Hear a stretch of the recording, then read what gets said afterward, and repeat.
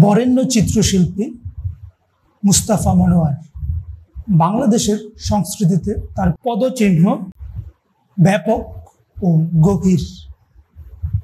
শুধু ৭১-এ তার একটি ভূমিকার কথা শুনলেই বুঝবেন যে তিনি বাংলাদেশের স্বাধিকার ও স্বাধীনতা আন্দোলনে কতটা গুরুত্বপূর্ণ ভূমিকা রেখেছেন।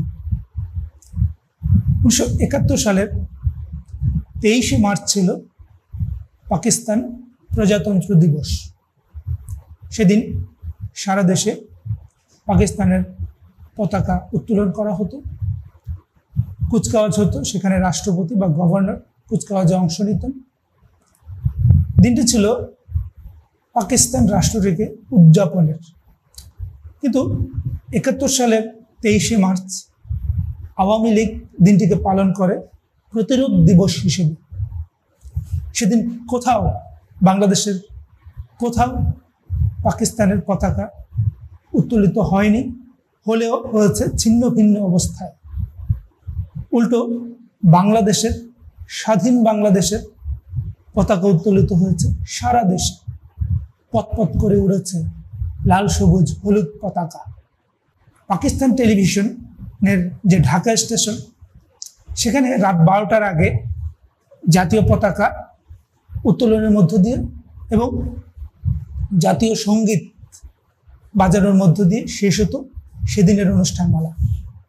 কিন্তু সেই সময় মুস্তাফা মনোয়ার ছিলেন পাকিস্তান টেলিভিশনের অর্থাৎ ঢাকা স্টেশনের প্রোগ্রাম ম্যানেজার।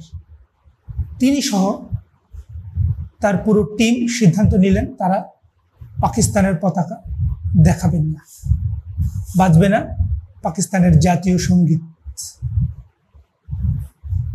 তো সেদিন শেষের দিকে, অধিবেশনের শেষের দিকে যা প্রচারিত হয়েছিল তার মধ্যে ছিল মুস্তাফা মনোয়ারের প্রযোজনায় একটি অনুষ্ঠান, কবি সুকান্ত ভট্টাচার্যকে নিয়ে একটি অনুষ্ঠান, ছাড়পত্র, বেলাল বেগের প্রযোজনায় আরেকটি অনুষ্ঠান ছিল সুকান্তর উপরেই। তার পরপরই 11:15টায় শুরু হয় আব্দুল্লাহ মামুনের প্রযোজনায় নাটক আবার আসিব ফিরে। ৬৯-এর গণ অভ্যুত্থানের উপরে ভিত্তি করে ছিল এই নাটক।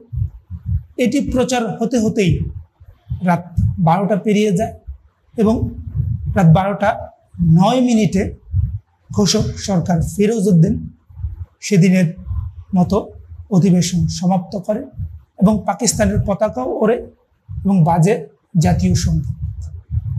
তো এটি একটি বিশাল ঘটনা ছিল টেলিভিশনের ইতিহাসে এবং বাংলাদেশের স্বাধীনতার ইতিহাসে। আর এই ভূমিকাটি নিয়েছিলেন, এই ঘটনার কাণ্ডারি ছিলেন মুস্তাফা মনোয়ার।